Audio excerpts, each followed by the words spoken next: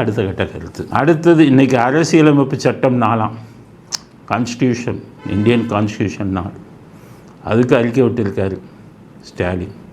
என்ன சொல்கிறார் தெரியுமா?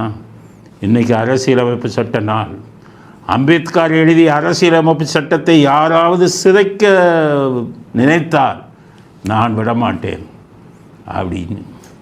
அரசியலமைப்பு சட்டத்தை சிதைச்சதே நீங்கள் தானே. உங்களுடைய தந்தை கருணாநிதி அரசியலமைப்பு சட்டத்தை தீ வச்சு கொளுத்தினார சட்டசபையில், தெரியாதா? அரசியலமைப்பு சட்டத்துக்கு நீங்கள் கொடுத்த மரியாதை அவ்வளோதானா? அம்பேத்கர் எழுதின அரசியலமைப்பு சட்டத்தை யாரும் சிதைக்கக்கூடாது, நீங்கள் சிதைச்சதே நீங்கள் தானே. அம்பேத்கர் எழுதின அரசியலமைப்பு சட்டத்தில் யூனிவர்சிட்டிக்கெல்லாம் பல்கலைக்கழகத்துக்கு கவர்னர் தான் வேந்தர்னு போட்டு வச்சார். ஏன் போட்டார்? கவர்னராக படித்த ஆளுங்களாக போடுவாங்க. அரசியல்வாதியை நம்ம மக்கள் ஓட்டு போடுறவங்க படிக்காத அளவுக்கு ஓட்டு போட்டுருவாங்க. அதனால் முதலமைச்சர் வர்றவங்க இதுவாக இருக்கக்கூடாது, பல்கலைக்கழகத்துக்கு வேந்தராக இருக்கக்கூடாது, கவர்னர் தான் இருக்கணும். எழுதுனது யார்? அம்பேத்கர். அது சிதைச்சது யார்? நீங்கள். மசோதாவில் என்ன போட்டீங்க? நீங்கள் தான் இது வரணும்னு போட்டிங்களே வேந்தரை. அவர் சிதைச்சு அம்பேத்கர் போட்ட சட்டத்தை, அரசியலமைப்பு சட்டத்தை சிதைத்த முதல் ஆள் நீங்கள் தான். நீங்கள் அரசியலமைப்பு சட்டத்தை பற்றி பேசலாமா? நீங்கள் அம்பேத்கரை பற்றி பேசலாமா? அடுத்தது காஷ்மீருக்கு சிறப்பு அந்தஸ்து கொடுத்து அதை வந்துக்கிட்டே அம்பேத்கர் எழுதும்போது என்ன பண்ணார் அவர்? இது தப்பான சட்டம், நேருவின் வற்புறுத்தலால் எழுதினார். நேரு ஷேக் அப்துல்லாவுக்கு சலுகை பண்ணணும்னு அதுக்கு மட்டும் தனி சட்டம் போடுனார். விருப்பம் இல்லாமல் எழுதினார் அம்பேத்கர். நேருக்கு தெரியாமல் பொடி வச்சார். இந்த சட்டத்தை ஜனாதிபதி நினைத்தால் எப்போது வேண்டுமானாலும் ரத்து செய்யலாம்னு எழுதினார். அதை வச்சு தான் பிஜேபி வந்து அதை ரத்து செஞ்சாங்க ஜனாதிபதியை வச்சு. இந்தியாவில் இருக்கும் அனைவரும் பாராட்டினார்கள். ஆனால் நீங்கள் மட்டும் அதை எதிர்த்து போராடினீங்க. காஷ்மீருக்கு ஸ்பெஷல் ஏன்? ஓட் பாலிட்டிக்ஸ், ஓட்டுக்காக போராடினீங்கள்ல. நீங்கள் அம்பேத்கர் மதிச்சிங்களா?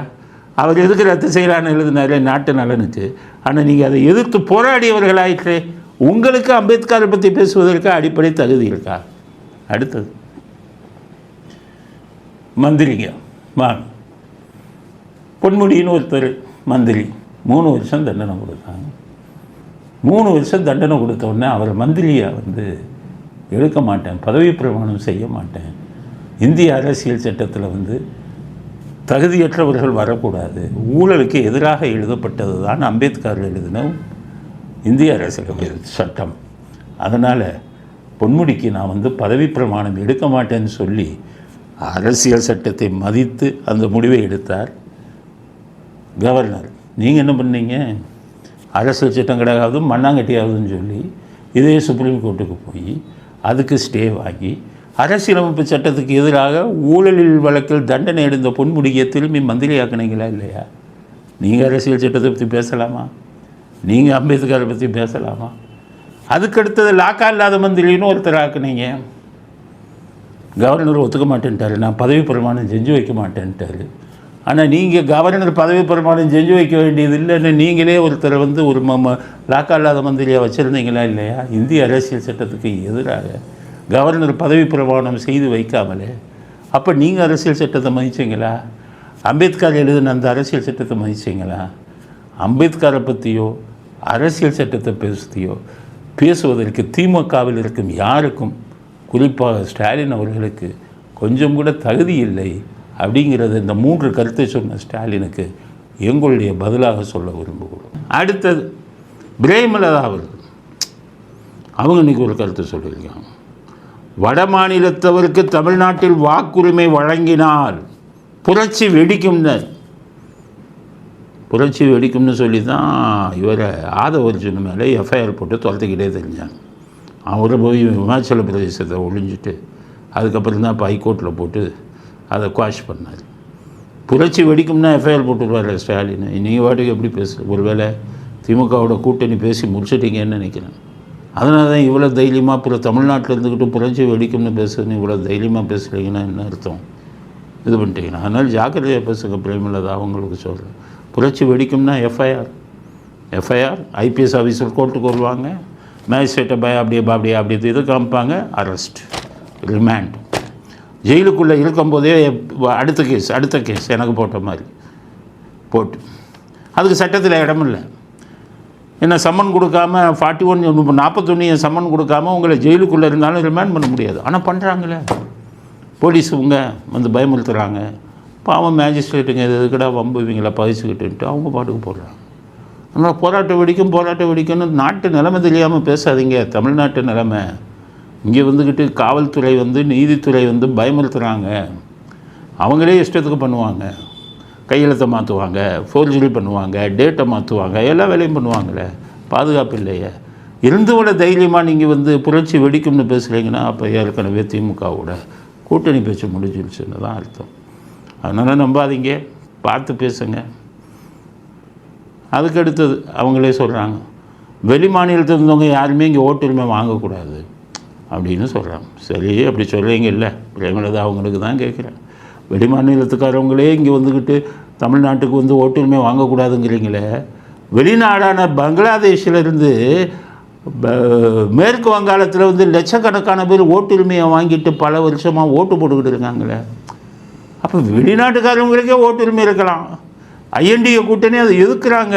அவங்க இருக்கணும், அவங்கள நீக்கினா அவ்வளோதான் அப்படிங்கிறாங்க ஸ்டாலின் உள்பட. சார் இது கொண்டு வராத, வெளிநாட்டுக்காரனா இருந்துட்டு போகட்டும் அப்படிங்கிறாங்க. நீங்கள் என்னென்னா உள்நாட்டுக்காரனே வெளி மாநிலத்துக்காரன் இங்கே வந்து இருக்கக்கூடாதுண்ணா எப்படி? அதனால் இந்திய அரசியல் சட்டம் நல்லா தெரிஞ்சுக்கங்க. இந்திய அரசியல் சட்டத்தின் அடிப்படையில் தான் வந்து உங்களுக்கு வந்து எலெக்ஷன் கமிஷன் சட்டங்கள்லாம் போட்டது. எலெக்ஷன் கமிஷன் என்ன சொல்கிறான், இந்தியாவில் இருக்கும் யாரும் எங்கு வேண்டுமானாலும் தங்கள் வாக்குகளை போடலாம். அவங்க எந்த மாநிலத்தில் குடியிருக்காங்களோ அங்கே வந்து அவர்கள் வாக்கை போடலாம். இப்போ சென்னையில் எடுத்துக்கிட்டிங்கன்னா கேரளாவை சேர்ந்தவங்க லட்சக்கணக்கான பேர் இருக்காங்களே. அவங்க கேரளாவுக்கு சேர்ந்தவங்க தான் இங்கே ஓட்டு போடுறாங்களே. இவங்க ஆந்திராவை சேர்ந்தவங்க லட்சக்கணக்கான பேர் இருக்காங்களே. அவங்க கருணாநிதி குடும்பத்தில் இருந்து அவங்களையும் சேர்த்து அவங்கெல்லாம் இங்கே ஓட்டு போடுறாங்க, முதலமைச்சர் ஆகிறாங்களே. அதனால் இந்தியர்கள் அப்படின்னா எங்கே வேணாலும் இருக்கலாம், எங்கே வேணாலும் ஓட்டு போடலாம். நீங்கள் எங்கே வசிக்கிறீர்களோ அங்கெல்லாம் நீங்கள் ஓட்டு போடலாம். இதுதான் சட்டம் சொல்கிறது. அதனால் இதை நீங்கள் வந்து எதிர்த்தீங்கன்னா இந்திய அரசியல் சட்டத்தோட இதுவே உங்களுக்கு புரியலைன்னு அர்த்தம் அப்படிங்கிறத பிரேமலதா அவர்களுக்கு செய்தியாக சொல்கிறோம். மறுபடியும் ஜாக்கிரதையாக இருங்க, புரட்சி வெடிக்கும்லாம் பேசாதீங்க. காலைல 6 மணிக்கு போலீஸ் வந்துடுவாங்க, கதவை தட்டும் அப்படிங்கிறத அவருக்கு செய்தியாக சொல்ல விரும்புகிறோம். அடுத்தது சாரை பற்றி திருமாவளவன் சொல்கிறார். சார் ஏதாவது வெளிநாட்டை சேர்ந்தவங்க நம்ம எத்தனை பேருக்கு இங்கே ஓட்டுரிமை இருக்குதுன்னு கணக்கு சொல்ல முடியுமாங்கிறது யார்கிட்ட கேட்குறாருன்னு தெரியல. பொதுவாக கேட்குறாரு. சாருங்கிறீங்களே, வெளிநாட்டில் இருக்கிறவங்க இங்கே வந்து ஓட்டு போட வந்துட்டாங்கிறீங்களே, எங்கே வந்துக்கிட்டு வெளிநாட்டுக்காரங்க எத்தனை பேர் இருந்தாங்கன்னு கணக்கு சொல்லுங்கிறது. இந்த கேள்வியை நீங்கள் தமிழ்நாட்டில் இருந்து கேட்கக்கூடாது. பார்டர் ஸ்டேட் பக்கத்தில், வெளிநாடுகளுக்கு பக்கத்தில் இருக்குல்ல, அங்கே போய் கேளு. பர்மாவுக்கு பக்கத்தில் இருக்கிற அஸ்ஸாமில் போய் கேளுங்க, எத்தனை லட்சம் பேர் பர்மாவிலிருந்து வந்தவர்கள் ஓட்டு வாக்காளர் பட்டியலில் சேர்ந்து இன்னமும் ஓட்டு போட்டு கொண்டிருக்கிறார்கள் கேளுங்க. வெஸ்ட் பெங்கால் போங்க, மேற்கு வங்காளத்தில் கிட்டத்தட்ட 1 கோடிக்கு மேலே நெருக்கி இருக்கிறவங்க போனால் பங்களாதேஷில் இருக்கிறவங்க வாக்காளர் பட்டியலில் சேர்ந்து ஓட்டு போட்டுக்கிட்டு இருக்காங்களே. தமிழ்நாட்டில் இது கேட்டால் அப்படி பார்டர் ஸ்டேட்டில் கேளுங்க. அதனால தான் சார் கொண்டு வரப்பட்டது. சார் கொண்டு வரப்பட்ட பல காரணங்களில் இதுவும் ஒன்று. வெளிநாட்டவர்களுக்கு இங்கே ஓட்டுரிமை இருக்கக்கூடாதுன்னு அதன் அடிப்படையில் தான் இப்போ எடுத்துக்கிட்டு இருக்காங்க. அதனால் திருமாவளவன் புரிஞ்சுக்கங்க அப்படிங்கிறத திருமாவளவனுக்கு செய்தியாக சொல்ல விரும்புகிறேன்.